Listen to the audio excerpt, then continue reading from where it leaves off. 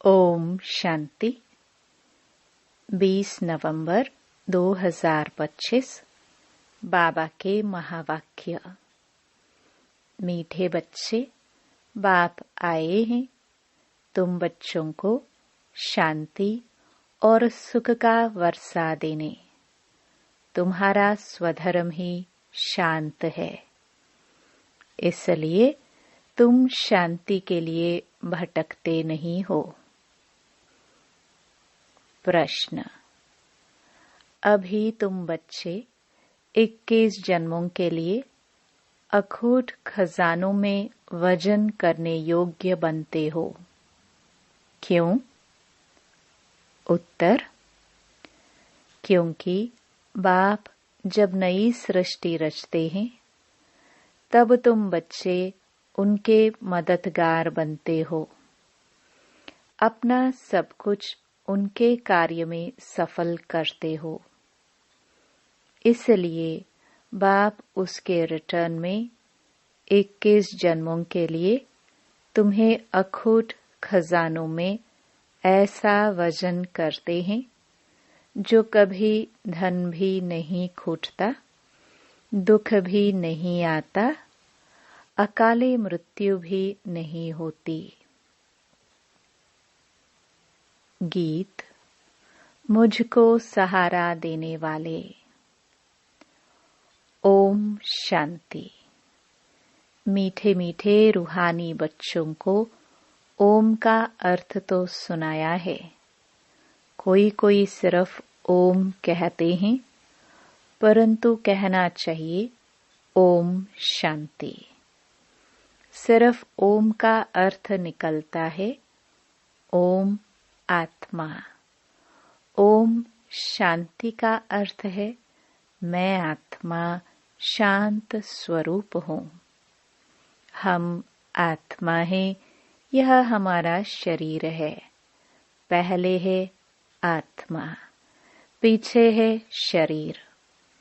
आत्मा शांत स्वरूप है, उनका निवास स्थान है शांति धाम। बाकी कोई जंगल में जाने से सच्ची शांति नहीं मिलती है। सच्ची शांति मिलनी ही तब है जब घर जाते हैं। दूसरा शांति चाहते हैं जहाँ अशांति है। यह अशांति का दुख दाम विनाश हो जाएगा, फिर शांति हो जाएगी। तुम बच्चों को शांति का वर्षा मिल जाएगा। वहाँ न घर में न बाहर राजधानी में अशांति होती। उसको कहा जाता है शांति का राज्य। यहाँ है अशांति का राज्य, क्योंकि रावण राज्य है।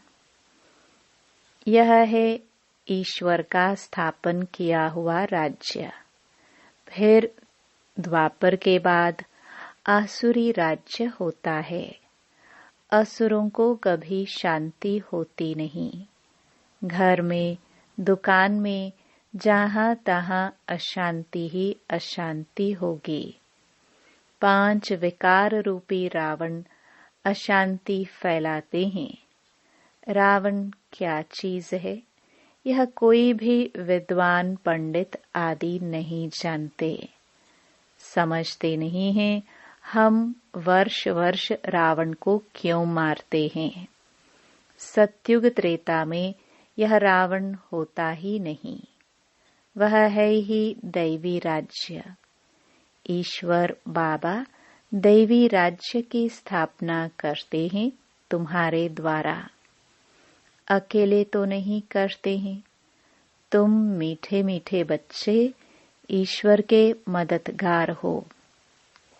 आगे थे रावण के मददगार, अब ईश्वर आकर सर्व की सद्गति कर रहे हैं।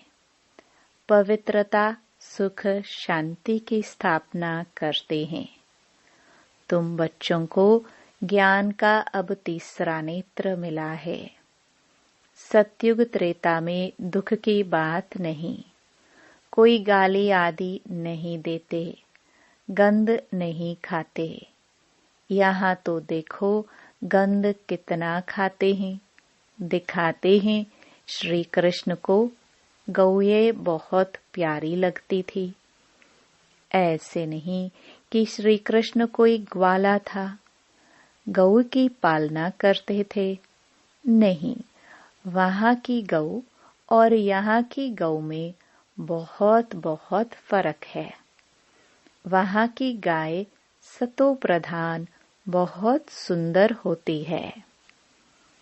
जैसे सुंदर देवताएं वैसे गाय, देखने से ही दिल खुश हो जाए। वह है ही स्वर्ग, यह है नरक। सभी स्वर्ग को याद करते हैं। स्वर्ग और नरक में रात दिन का फर्क है। रात होती है अंधियारी, दिन में है सोजरा। ब्रह्मा का दिन गोया ब्रह्मा वंशियों का भी दिन हो जाता। पहले पहले तुम भी घोर अंधियारी रात में थे। इस समय भक्ति का कितना जोर है। महात्मा आदि को सोने में वजन करते रहते, क्योंकि शास्त्रों के बहुत विद्वान हैं। उन्हों का प्रभाव इतना क्यों है, यह भी बाबा ने समझाया है। झाड़ में नए नए पत्ते निकलते हैं तो सतो प्रधान है। ऊपर से नई सोल आएगी तो जरूर उनका प्रभाव होगा ना, अल्पकाल के लिए। सोने अथवा हीरो में वजन करते हैं, परंतु यह तो सब खलास हो जाने हैं। मनुष्यों के पास कितने लाखों के मकान हैं। समझते हैं हम तो बहुत साहूकार हैं। तुम बच्चे जानते हो यह साहूकारी बाकी थोड़े समय के लिए है। यह सब मिट्टी में मिल जाएंगे, किनकी दबी रही धूल में। बाप स्वर्ग की स्थापना करते हैं, उसमें जो लगाते हैं उन्हों को 21 जन्मों के लिए हीरों जौहरों के महल मिलेंगे। यहाँ तो एक जन्म के लिए मिलता है, वहाँ तुम्हारा 21 जन्म चलेगा।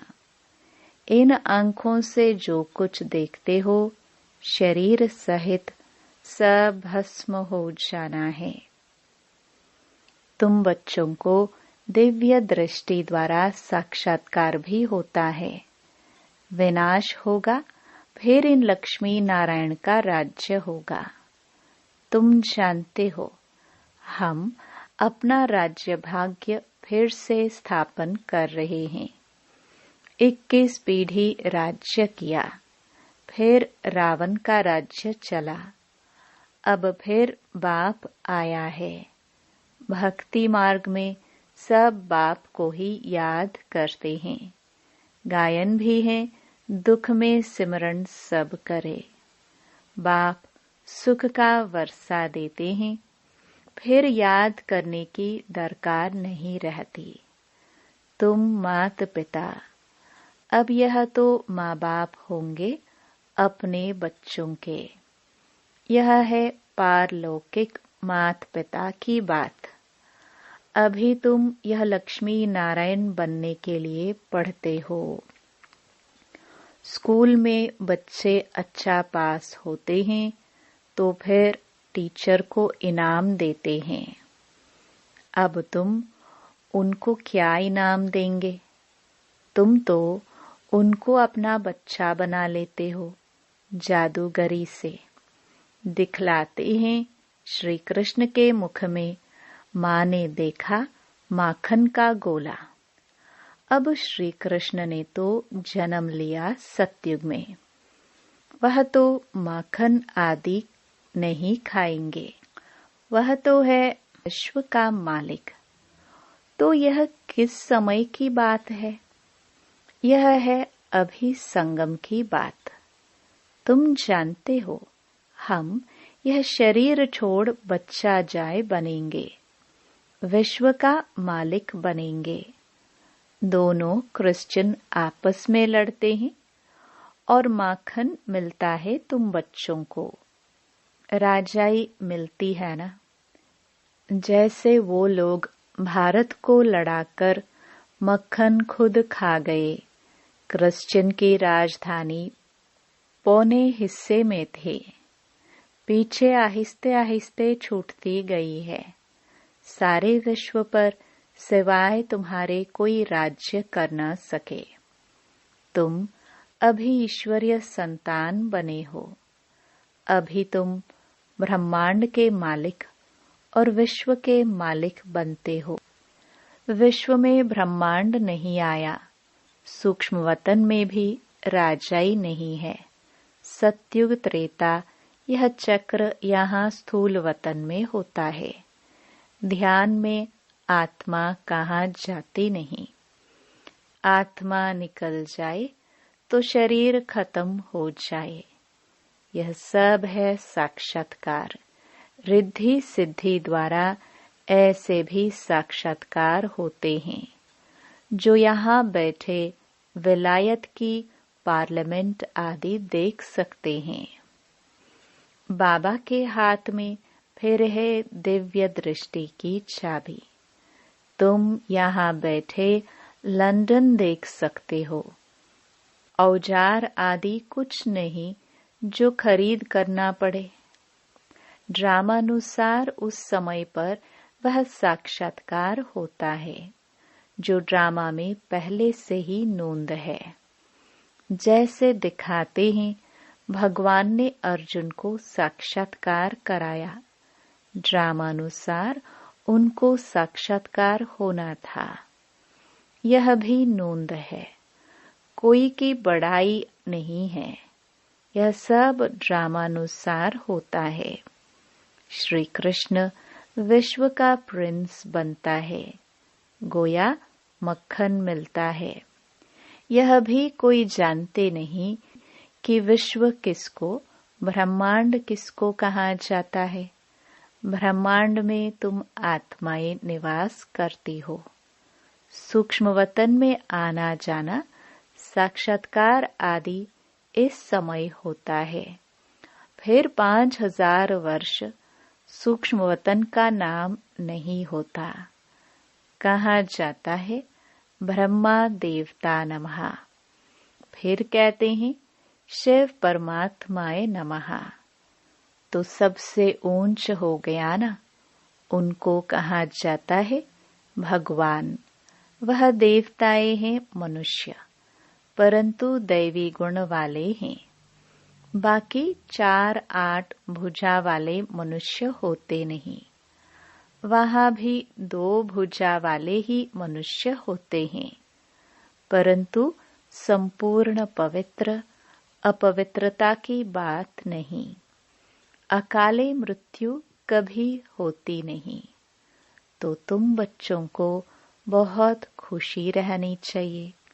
हम आत्मा इस शरीर द्वारा बाबा को तो देखे, देखने में तो शरीर आता है। परमात्मा अथवा आत्मा को तो देख नहीं सकते। आत्मा और परमात्मा को जानना होता है।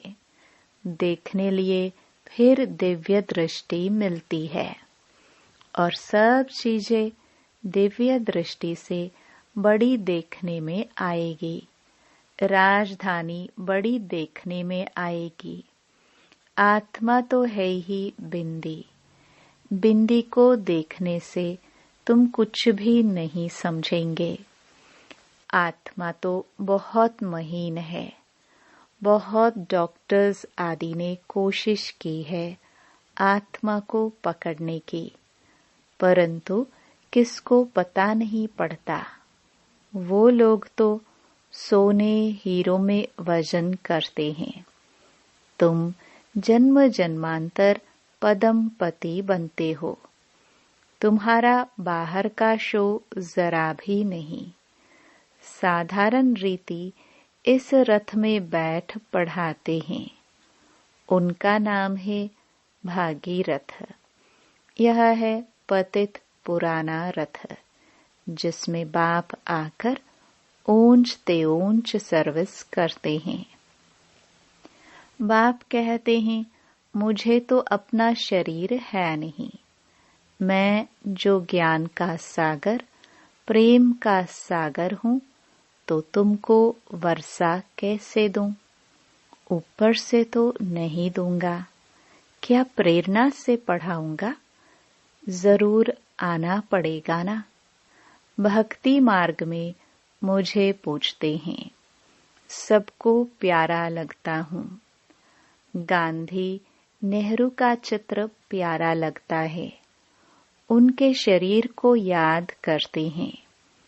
आत्मा जो अविनाशी है, उसने तो जाकर दूसरा जन्म लिया। बाकी विनाशी चित्र को याद करते हैं। वह भूत पूजा हुई न, समाधि बनाकर उन पर फूल आदि बैठ चढ़ाते हैं। यह है यादगार। शिव के कितने मंदिर हैं? सबसे बड़ा यादगार शिव का है ना। सोमनाथ मंदिर का गायन है, मोहम्मद गजनवी ने आकर लूटा था। तुम्हारे पास इतना धन रहता था। बाबा, तुम बच्चों को रत्नों में वजन करते हैं। खुद को वजन नहीं करता हूँ। मैं इतना धनवान बनता नहीं हूँ, तुमको बनाता हूँ। उनको तो आज वजन किया, कल मर जाएंगे। धन कोई काम नहीं आएगा। तुमको तो बाप अखूट खजाने में ऐसा वजन करते हैं जो 21 जन्म साथ रहेगा। अगर श्रीमत पर चलेंगे तो वहां दुख का नाम नहीं। कभी अकाले मृत्यु नहीं होती।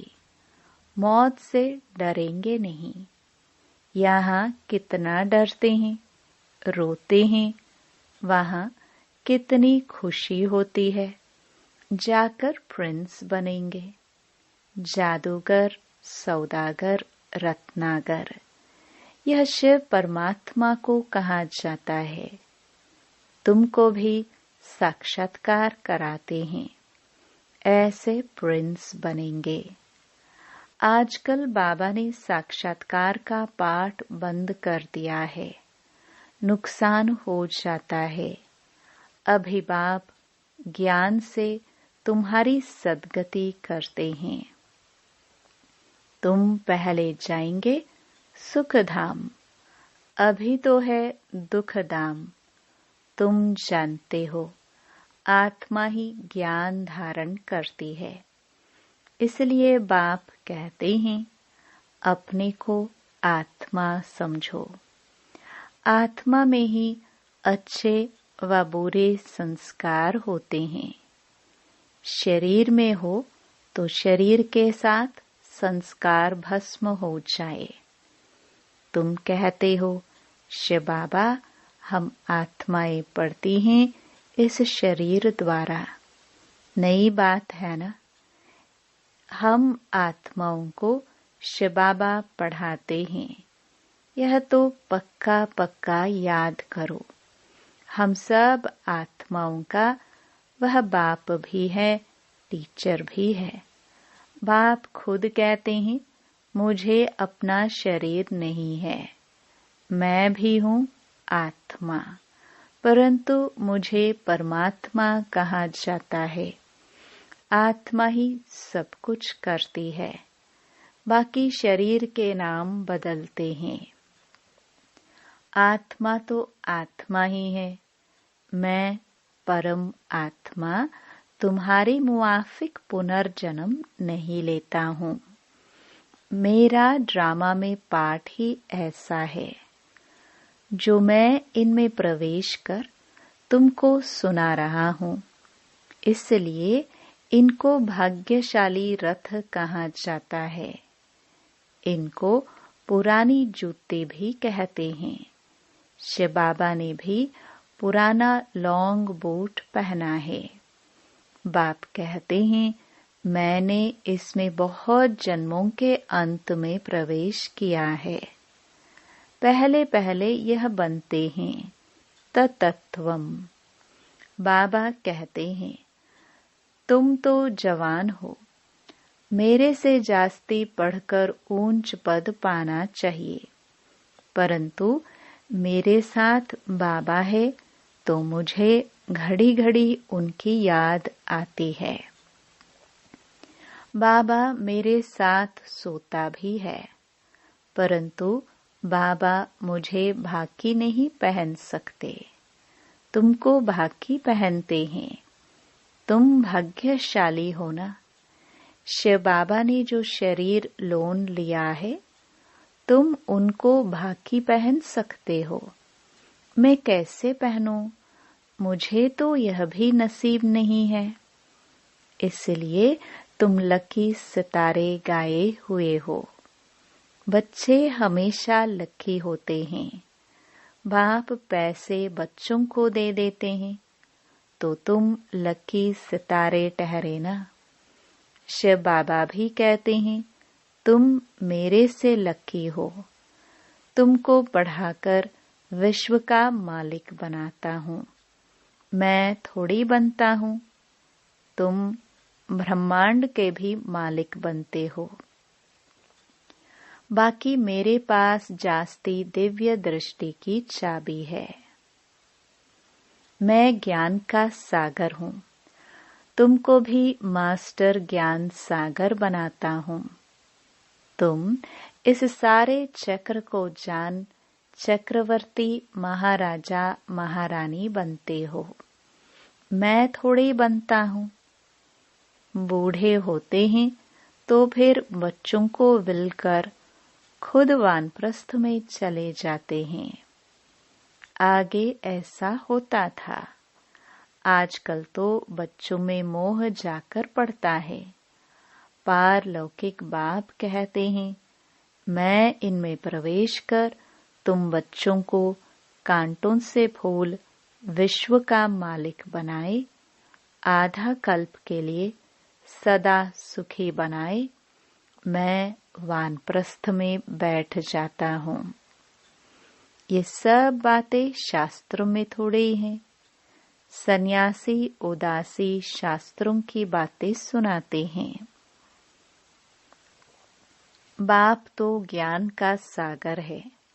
खुद कहते हैं, यह वेद शास्त्र आदि सब भक्ति मार्ग की सामग्री है। ज्ञान सागर तो मैं ही हूँ। अच्छा, मीठे मीठे सिखिलदे बच्चों प्रति मात पिता बाप दादा का याद प्यार और गुड मॉर्निंग। रूहानी बाप की रूहानी बच्चों को नमस्ते। धारणा के लिए मुख्य सार। पहला, इन आँखों से शरीर सहित जो दिखाई देता है, ये सब भस्म हो जाना है। इसलिए अपना सब कुछ सफल करना है। दूसरा, बाप से पूरा वर्षा लेने के लिए पढ़ाई पढ़नी है। सदा अपने लक्ष्य को स्मृति में रख ब्रह्मांड व विश्व का मालिक बनना है। वरदान। वाह ड्रामा वाह की स्मृति से अनेकों की सेवा करने वाले सदा खुशनुमा भव। इस ड्रामा की कोई भी सीन देखते हुए वाह ड्रामा वाह की स्मृति रहे तो कभी भी घबराएंगे नहीं, क्योंकि ड्रामा का ज्ञान मिला कि वर्तमान समय कल्याणकारी युग है। इसमें जो भी दृश्य सामने आता है उसमें कल्याण भरा हुआ है। वर्तमान में कल्याण दिखाई ना भी दे, लेकिन भविष्य में समाया हुआ कल्याण प्रत्यक्ष हो जाएगा। तो वाह ड्रामा वाह की स्मृति से सदा खुशनुमा रहेंगे। पुरुषार्थ में कभी भी उदासी नहीं आएगी। स्वतः ही बाप द्वारा अनेकों की सेवा होती रहेगी। स्लोगन: शांति की शक्ति ही मनसा सेवा का सहज साधन है। जहाँ शांति की शक्ति है वहाँ संतुष्टता है। अव्यक्त इशारे: अशरीरी व विदेही स्थिति का अभ्यास बढ़ाओ। जितना अव्यक्त लाइट रूप में स्थित होंगे उतना शरीर से परे का अभ्यास होने के कारण यदि 2-4 मिनट भी अशरीरी बन जाएंगे तो मानो जैसे कि 4 घंटे का आराम कर लिया। ऐसा समय आएगा जो नींद के बजाय 4-5 मिनट अशरीरी बन जाएंगे और शरीर को आराम मिल जाएगा। लाइट स्वरूप के स्मृति को मजबूत करने से हिसाब किताब चुकतू करने में भी लाइट रूप हो जाएंगे। ओम शांति।